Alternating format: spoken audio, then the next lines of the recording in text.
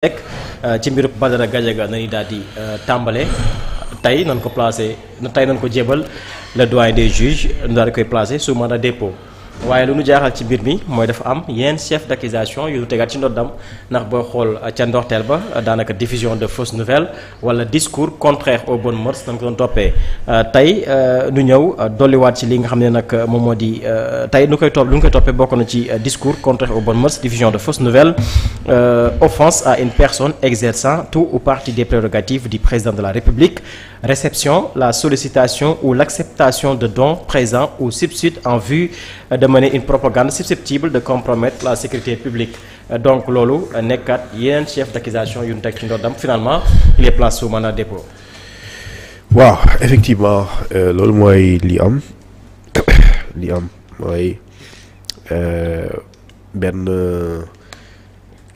dañ ci yokk benn chef d'accusation boo xamante ni biñ koy woo ak biñ koy déglu bu njëkk bi jeudi xamuloon ne loolu ci la bokk. et mais après la ñu yokk délit boobu nga wax.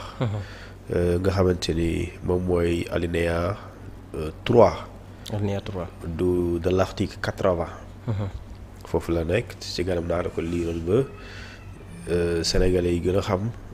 subside boobu ngay dégg ay sollicité demandé fan la ko procureur jëlee. dinaa ko liiral ba mu leer wax la risque yi. nit ki yu muy daj lu muy courir. buñ koy toppee risque yooyu. buñ koy toppee yooyu jëf bu dee am na. alors ci la ñu ko placé en position de garde à vue. alors ñu yóbbu ko le lendemain pour def li ñu tuddee un complément d'information. alors bu ñu defee complément d'information boobu. alors le lendemain ñu enquêté sur beneen fait bi nga xamante ni moom mooy xaalis ci la ñu dégg. 9 millions et cetera jóge na fii jaar na fële. alors mu nekk un questionnement bi enquêteurs yi posé. et alors ci la ñu def lu ñu tuddee un garde à vue prolongé. le vendredi présenté ko procureur le procureur daal di sàkku ñu def mandat de dépôt. ñi xam waxuma ñi xamul mais ñi xam. xam na le mandat de dépôt moom mënul ñàkk. c'était obligatoire. waaw loolu mais Thioune nga baal ma balaa ñu ñëw ci mandat de dépôt bi. dafa am lu xawoon nekk benn lënc ci xelu askan wi mooy samedi.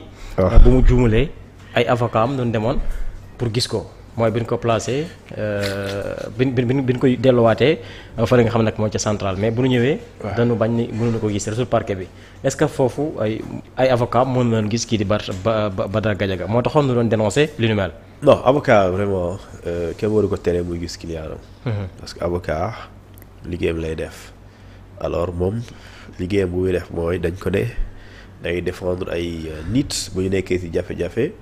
bu ñu leen téyee te mënuñoo dem yow yoon may na la. nga dem taxawu ko saa soo xamante ne soxla nga ko wax ak moom dañ la war a dem yóbbu lu lay laaj sa carte professionnelle et cetera.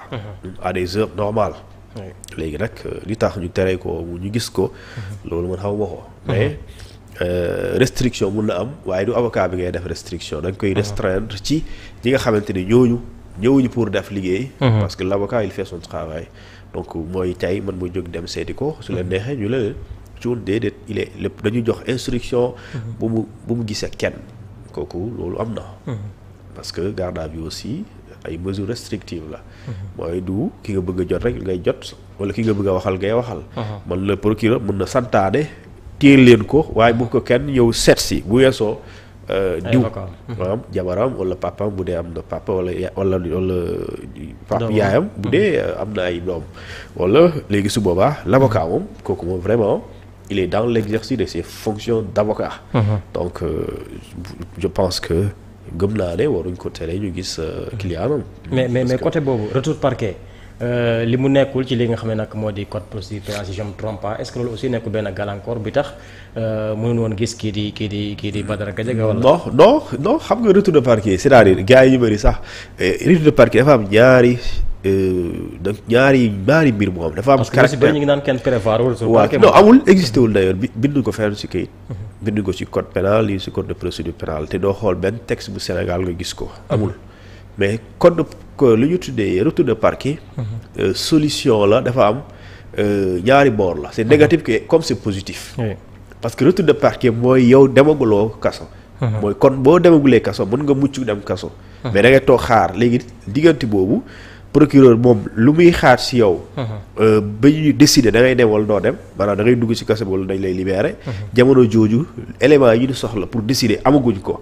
léegi ñu ne léegi dañ lay delloowaat fële nga xamante moom mooy police. léegi soo demee ci procureur dellu léegi loolu la ñuy tuddee retour de parquet. léegi les textes sénégalais d'accord ci yoon binduñu ne par exemple soo ñëwee wuy procureur. enquête di parewul nga war a dellu te dans ce cas boo ñëwee wuy procureur ñaari biir moo am soit bu dee enquête bi pare na. ñu libéré la nga dem ñibbi sous convocation wala nga nga libre totalement. wala ñu yóbbu la ci kaso bi. léegi soo ñëwee libéré wuñ la enquête yi pareegul te mënul la bàyyi nga dem. dawul daf lay dénkaat la ñu tuddee police wala gendarmerie. loolu mooy retour de parquet léegi retour de parquet boobu noonu prévoir uñ ko ci texte. léegi nag même su dee prévoir uñ ko yow bi nga xamante yow lañ def retour de parquet nga bénéficier aussi. chance la ci yow parce que amaana yow boo delluwaatee ci police commissariat ñu garde à vue la. amaana chance la pour boo ñëwaatee ci procureur nga convaincre ko ba du la envoyer en prison. léegi nag mën na la aussi boo nekkee retour de parquet la aussi mën na nekk malchance parce que yow soo nekkee en garde à vue aussi. dañ laa xëy sa liberté. donc ci liberté boobu même bu dee ñaari fan la. alors xamagoo c'est-à-dire suba lan la. léegi nag loolu mooy doon aspect bi léegi nag loolu. aussi plusieurs faits ñoo koy justifier des fois parce que enquête bi pareegul. des fois procureur dafay bëri dossier. après du mën a lijjanti loolu ci même cas bi. et li ma bëgg a wax foofu sànq mooy quand je dis ñi xam. par exemple xam nañ ne garde à vue moo ci topp. parce que mbir mi depuis vendredi la pare. vendredi procureur dafa wax ne nañu def lu ñu tuddee placement sous mandat de dépôt. et ñu aju dolli ci. un autre chef d'accusation bi nga xamante ni mooy l'article 80 des faits yooyu nga expliqué ce sont ñu ngi dem ñoo ngi leen di fekk ci lu ñu tuddee ci alinéa 3 bi. te loolu moo dafa leer si pour ma bañ a juum nga xamante ne ni ñu ko bindee rek laa koy waxee. du ma juum mooy daf ne. Les autres manœuvres et actes nature à compromettre la sécurité publique ou à occasionner les troubles politiques graves, à enfreindre les lois du pays, etc. Mais alinéa bi nga xam ne mooy troisième bi daf ne tout individu qui aura reçu, accepté, sollicité ou agréé des dons, présents, subsides, offres ou tout autre moyen en vue de se livrer à une propagande de nature à compromettre la sécurité publique ou à occasionner des troubles politiques graves, à jeter le discrédit sur les institutions politiques ou leur fonctionnement ou à inciter les citoyens à enfreindre les lois du pays, etc. yaa ngi dégg. ñu ne lii képp ko def yoon da lay topp. lii ci article 80 la nekk. alors léegi yoon bu la toppee risque bi ngay courir. maanaam bu fekkente ni liñ lay toppee li tax ñu jàpp la suñ la ci tëjee daan la ci. c'est-à-dire suñ la ci daanee lay risqué.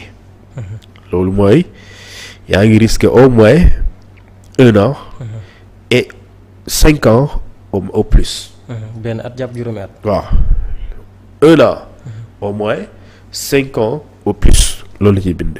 ak benn amende double de la valeur. des promesses agréées ou des choses reçues. Ou des demandes sans que même la dite amende puisse être inférieure à 100 000 francs CFA. C'est-à-dire tey bu dee da nga jot dara. loolu nga jot buñ la daanee yow yaa ko def nga jot par exemple 1 million. double 1 million la lay def amende. 2 millions bu dee da ngaa jot par exemple 100 millions. double 100 millions la 200 millions la lay def. amende bu dee atte nañ ba gis na yow yaa ko def. alors ñu ne li nga xamante ne moom mooy fin bi. ba pare dañ ne les coupables pourront en outre être frappés d'interdiction de séjour. képp kuñ ci daan ci lii mën nañ dem ba décider yow doo nekk ci réew mi. maanaam tere la nga séjour na ci réew mi mën na nekk. léegi nag pour mu mën a nekk justice mooy décider ñu ne fin bi. Il ne sera jamais fait restitution des choses reçues ni de leur valeur. Elles seront confisquées au profit du trésor public. maanaam bu ñu récupérer xaalis boobu lu mel loolu ci yow. àdduna du tukki mais àdduna tukki. kenn du la ko delloo. du la ko delloo du la ko restituer. d'accord nii bu ñu xaymaa valeur bi bu dee alal la maanaam objet lu ñu teg. du la ko bu ñu ko xaymaa nga ne lii mu ngi toll ci 1 milliard. loolu du la ko delloo dañ koy confisquer d'accord au profit du trésor public maanaam dañ koy jël bu dee alal dugal ko ci trésor bu dee yëf la maanaam loo mën a laal dañ koy jaay dugal ko xaalis boobu ci trésor public bi. donc loolu mooy. li nga xamante moom mooy article 80 léegi quand on parle de quand su ma la doon wax aussi que xam nga ne le risque c'est quoi. parce que il faut que ñun ñu gën a même bu ñu justice jàngalul. ñu dem jàngi ñu gën a gëstu. nga xamante ni yow le week-end a été long. mais sañu ma wax ne avocat yi parce que xam naa ne avocat yi xam nañ ko. xam nañu ne mandat dépôt lu mënul ñàkk la. mënul ñàkk la waaw parce que le week-end a été long ñu bëri naa man de xaw ma lu ñuy décider suba. man dimanche j'ai fait une émission je l'ai dit. c'est-à-dire que amul leneen. parce que yoon moo ne buñ la viser les articles yenn yi ki nga xamante mooy juge d'instruction. benn pexe la am benn pexe. mooy signer pour envoyer la kaso. loolu rek la am. mooy 139 article 139 du code de procédure pénale. moo ne procureur bu defee motivation ba motiver ko réquisition bi motiver ko. juge d'instruction bi dafa obligé di décerner mandat de dépôt contre nit mi nga xamante ni soo xoolee ci article 56 ba 100. nit yooyu képp ku ñu koy tuumaal kaso nga jëm ak article 255. alors que article 80 mu ngi ci diggante 56 ba 100. léegi ak mu ne la ak l'article 255. te xam nga mooy division de fausse nouvelle. article 80 mooy acte manœuvre yooyu loolu. kon ça veut dire que donc c'est une question de date. maanaam dañuy xaar samedi dimanche. mais xam nga ni bu procureur defee réquisitoire te moom dans ce réquisitoire il te dit. envoyer en prison puis instruction. waa léegi kon loolu da ngay xaar rek ñu finaliser ko. pour dire que c'est une question de formalité parce que boo conformément à l'article 139. du code de procédure pénale donc c'est moo tax gis nga l'audition n'a pas duré. wala elle a duré. oui alors entre 10 heures et xaw ma 11 heures fekk na. wax na li ñuy wax 10 heures 11 heures moom jeex parce que foofu y a pas de ay lu bëri. l'essentiel a été fait. l'essentiel a été fait au CIMER et l'autre la suite a été fait également a été faite plutôt au niveau justement du parquet ou bien du tribunal du CAF. Maintenant c'est une question de formalité nga jox ko le juge d'instruction que moom duñ ko wax. ñu jox déggal le dossier bi léegi lijjantil instruction bi. léegi c'est là où maintenant ce sera important. mais foofu instruction boobu foofu sax na ni daal di desandi ba tey mooy dafa am lu nit ñi mënul comprendre il faut nga leeraloon ko par rapport ak beneen chef d'accusation bi nga xam ni moom la ñu daxañ ci biir yaa ngi koy tudd léegi muy article 80 alinéa 2 yaa ngi koy tudd léegi foofu daanaka mbir mi sénégalais yi dafa xawut leer ci ñoom. ndax booy xool mbir mi ab diffusion discours contraire aux bonnes mœurs la woon maanaam yëkkati kàddu yu warul ci li nga xam ne nag moo di ci penc mi ñu dem ba si biir gisaat si que ni kii kat boo moytuwul jot na wala mu demandé ab koppar goo xam ne amaan na bu ko jëfandikoowee mën na yëngal lii di réew mi lan mooy expliquer passage boobu maanaam jógee si discours contraire aux bonnes mœurs tàbbi si li nga xam ne nag moo di boobu la chef d'accusation. waaw xam nga état nag soo ko bëggee comprendre mooy. VSV. VSB voir sans être vu. mooy état. voir sans être vu. da lay gis mais doo ko gis. loolu pour nga comprendre système état loolu la. alors xam nga rien n'est secret ci état ci man. dëgg la. voilà donc moom kon mun may gis yoon gisuma ko. waaw léegi parce que su ma bëggee xam ne maa ngi koy gis. maa ngi koy gis ci ban c'est-à-dire fan laa koy gisee. mais moom mu ngi gis c'est-à-dire que donc ça veut dire quoi li may def man li may jëflanteeg nit yi. mooy interconnexion li may nit yi. état xam na ko il détient mes informations. ci loo mës a xalaat nag. léegi buñ la woowee pour dara. te gis naa sa système yu bëri wax duma ko loolu sañu ma ko wax fi ëpp day ëpp. tey buñ la woo pour dara d'accord. loolu yóbbu la fa. ñu découvrir leneen wala ñu jort leneen ñu toppee la loolu am na c'est-à-dire que buñ la wooyee tey café bii nga sotti ci oto bi ba oto boobu bu muy daw moo tax gars bi accidenté woo la ci loolu ñu gis sax ñu ne ko ñu woo enquêteur na leen waa ji gën a indi foofu keroog moom mos nañ ko tudd heureusement voilà dañ ko tuddoon sax ci benn agression. vol à l'arraché.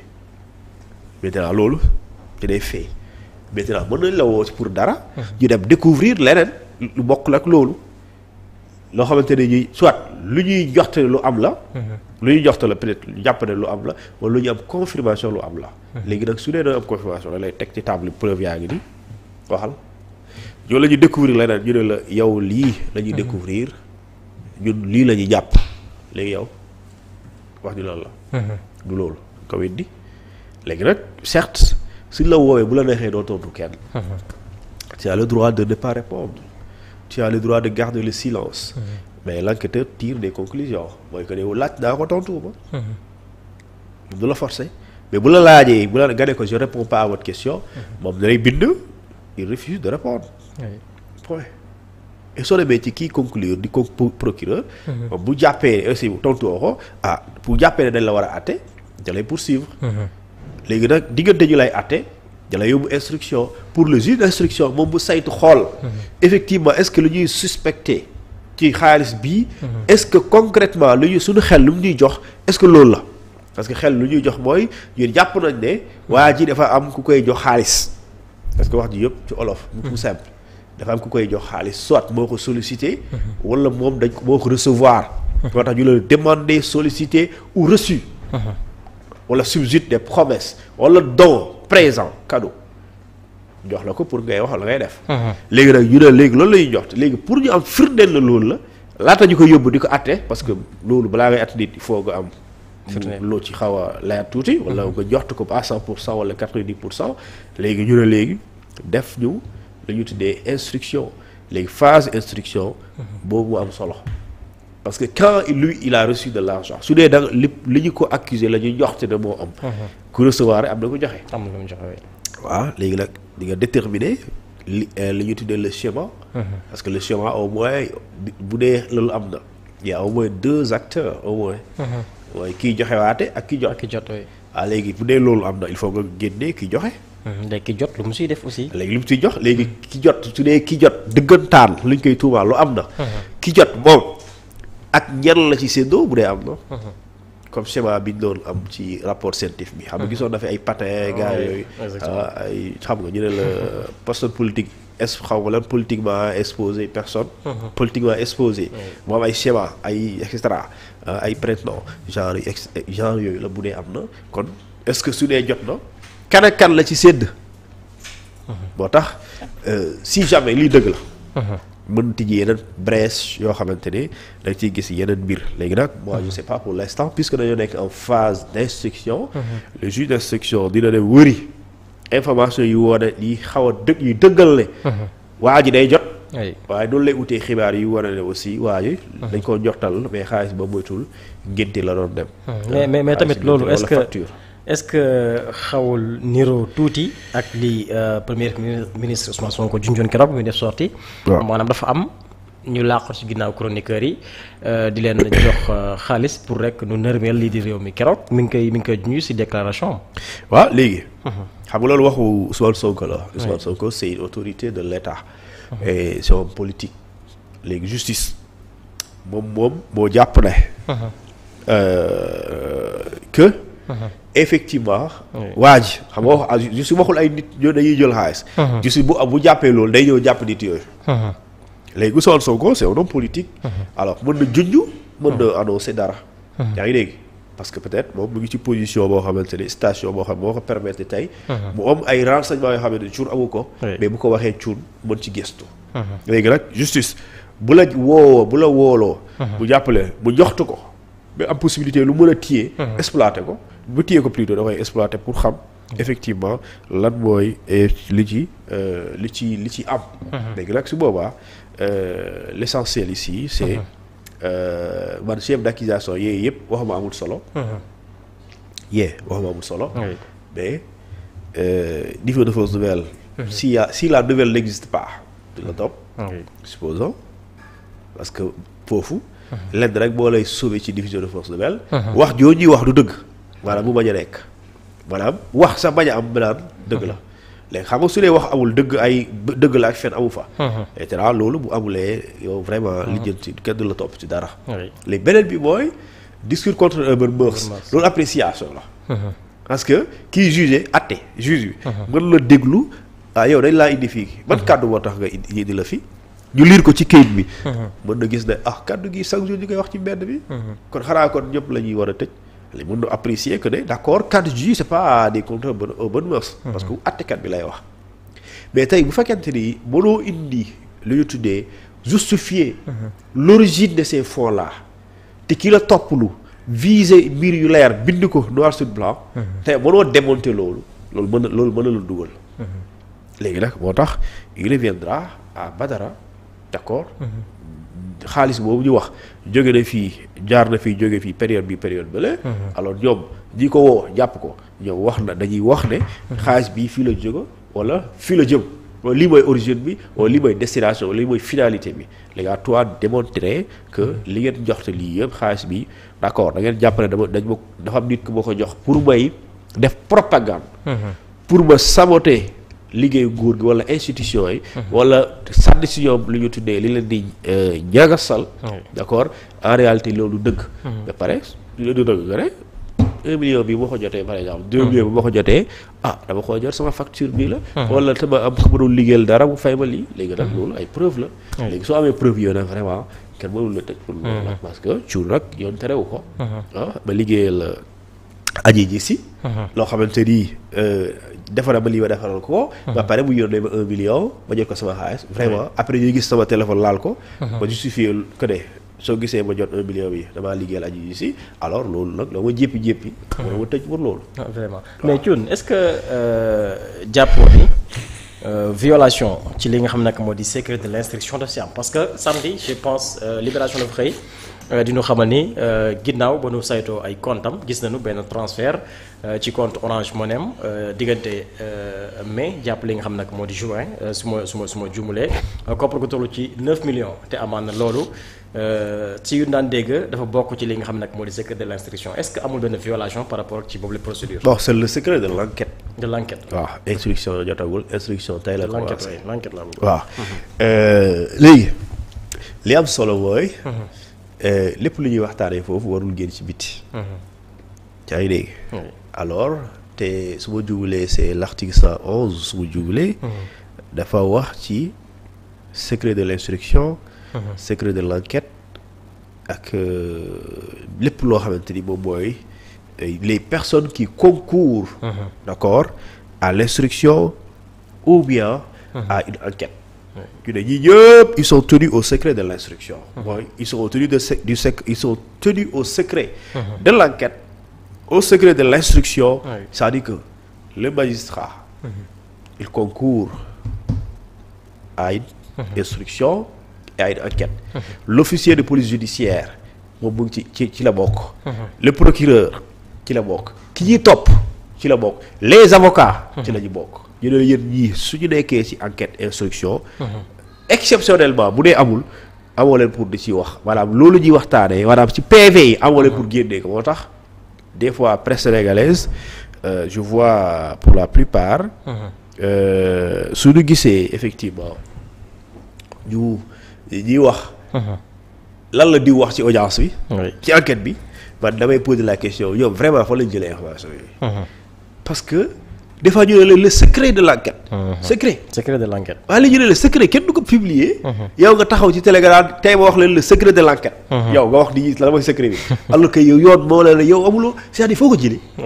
waaw léegi yoon daf la ne waroo ko génnee. c'est comme day nga et les gens publient aisément.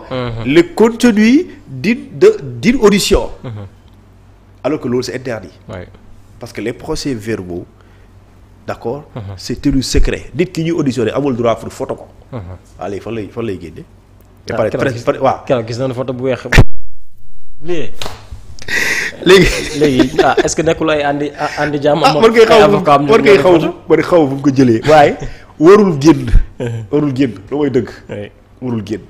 yaa ngi les procès-verbaux d'audition d'enquête d'audition et d'instruction waruñoo génn. léegi nag ñaan ñoo koy génne man xaw ma ko. xaw ñoo ko ñoo koy génnee parce que c'est tenu secret. ñi ci nekk dañ leen ce qui concourt à l'enquête, à l'instruction, à l'audition, d'accord, ñoom ñëpp ils sont tenus par le secret, soit de l'instruction, de l'enquête ou de l'audition. Léegi nag aujourd'hui on voit des procès-verbaux, d'accord, par-ci par-là, des fois des journalistes. xam nga photo bi lii bi ñu ko convoqué la woon. non lii c'est grawul parce que lii si couloir yi cave bi la lii dara nekk aussi. lii terewuñ ko photo lii du problème. secret bi mooy lu ñuy bind. question réponse diw yaa def lii. nga wax lii et cetera nga tontu question réponse. ñu signé procès waaw procès verbaux yi loolu la mais ñu woo lii moom lii du dara ku dem cave nga xam ne lii mën na lekk. parce que ces avocats mën na génn. di photo ko lii dara nekk aussi mais ci biir salle bi lu ñu fay waxtaanee. ñu tëj bureau bi lu ñu fay waxtaanee warul génn salle de débat. l'avocat xam nga avocat tey dafa am loo xamante ni. doo dégg yenn avocats yi bu ñu jàppee seen client bu ñu libee bu ñu génn ñoom pour wax ak presse bi. mais yenn questions yi soo leen ko laajee daal ñun fii lañ mën a yem pour l'instant. parce que yoon da leen tere ñu wax si. mais ñoom mën nañu wax ne par exemple seen client. lii lañ koy toppee. mais duñ dugg ci dossier bi par exemple li ñu koy toppee mooy. chef d'accusation bi diffusion de fausses nouvelles propos contraires au bon mœurs. article li ñu tuddee. offense ou outrage à une personne exerçant les prérogatives du président de la République et cetera mais duñu dugg ci yenn détails yi tey je pense que bu ñuy déglu ba dara explique dañuy ñëw rek waaw dañuy jàpp da nga jot dañuy fekk sa téléphone 9 millions léegi après 9 millions point mais dinañ la transaction telle date telle et cetera tel numéro bi boo xool wala ko yónnee wala compte bancaire bii la ko viré léegi loolu yëpp c'est les détails mais duñ la ko wax avocat yi duñ fi taxaw duñ la ko wax de sëñ kooku bu dee bokkoo ci enquête bi nekkoo avocat nekkoo waa ji mais mënoo xam. léegi nag loolu moo tax yow li ngay jàpp rek mooy transaction xam dafa yaatu. réception envoi mën na nekk réception envoi virement. d'accord ay dépôt léegi nag lan la ci mais xam nga ko ça c'est des détails. mais qui sont importants léegi soo demee léegi ñu waxtaanee loolu yëpp. te yow fekkee woo ko. presse bi yow exposé la ko ñu ne tey journal tel def na révélation xoolal day na jour tel à 10h15. léegi sérieusement Sylla sama téléphone bii mën nga muus waane ba xam sama transaction Wave bi une semaine bi yëpp kan laa ko envoyé ak bonne heure. mënta ne fa la nga jëlee. mënta ne loolu mënta ne. dafa lay joxe heure bi. ak certitude ne. jour tel à 10h15. Sylla envoyé na ko 100000. loolu mënta ne. lendemain bi. bu cuun jotee 100000 yi yónnee na ko Galsen. yónnee na ko 50000. jékki-jékki waat mu amaat 1,2 million. numéro tel moo ko envoyé à partir de minuit 52. loolu c'est vraiment yow ça c'est des détails mais qui sont importants. mais yow bokkoo ci enquête mënoo ko xam. léegi su ko bi waa biti xamee rek waa ji bokk ci enquête bi ñoo ko jox. parce que loolu rek kese moo mën a ne. li ngay waxtaanee seen kër fekkee woo moo xam vraiment mënu ma xam. wax dëgg yàlla doy na war de mu nekk situation bu compliqué alors instruction bi si ñaata temps nañ ko mën a àpp. instruction en matière délictuelle. yoon code de procédure pénale nee na mënul dépasser 6 mois. 6 mois parce que li ne en matière correctionnelle. li ñu tuddee la détention l'instruction ne peut pas excéder 6 mois. loolu la bindee ne peut pas excéder 6 mois c'est-à-dire mënul dépasser 6 mois. loolu lay tekki ça veut dire que donc à partir de la date. bu ñu ko placer sous mandat de dépôt. ki koy def instruction am na 6 mois pour pare.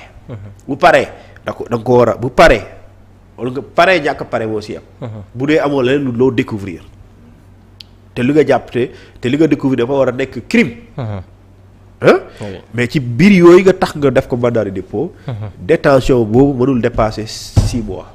léegi su matee 6 mois soit da nga koy atte.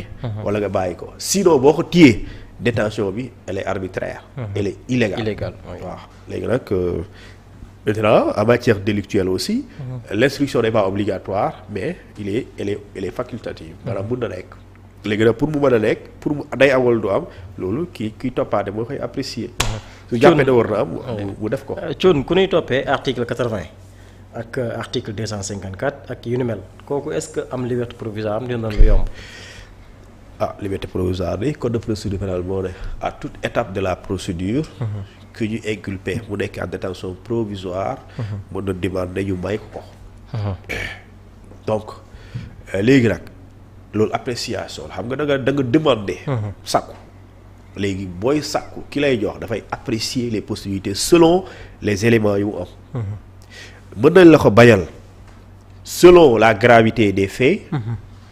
mën na la ko bañal selon la peine bi ngay encourir bu dee yow yaa ko def.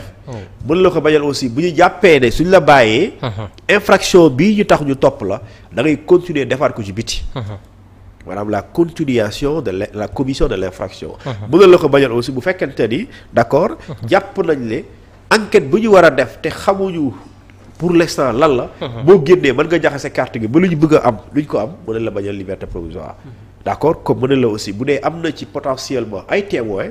bu leer la boo génnee mën nga def l'exercice de la pression sur les témoins probables dans ce cas mën na la ko bañal bu la également bu la leeree wala ñu joxtu ne suñ la bàyyee da ngay daw mooy risque de fuite mën na la ko bañal mais aussi suñ la bàyyee bu leer la aussi amul les garanties de représentation devant la justice mooy sa famille nekku fii wala amoo ci lenn lu war a amoo fi liggéey par exemple bu dëgër wala yow sa njaboot nekk fii wala tu n'es pas domicilié régulièrement yooyu mën na nekk ñu bañal la ko maintenant si c'est le contraire d'accord mën na la daggul liberté provisoire quelle que soit l'infraction.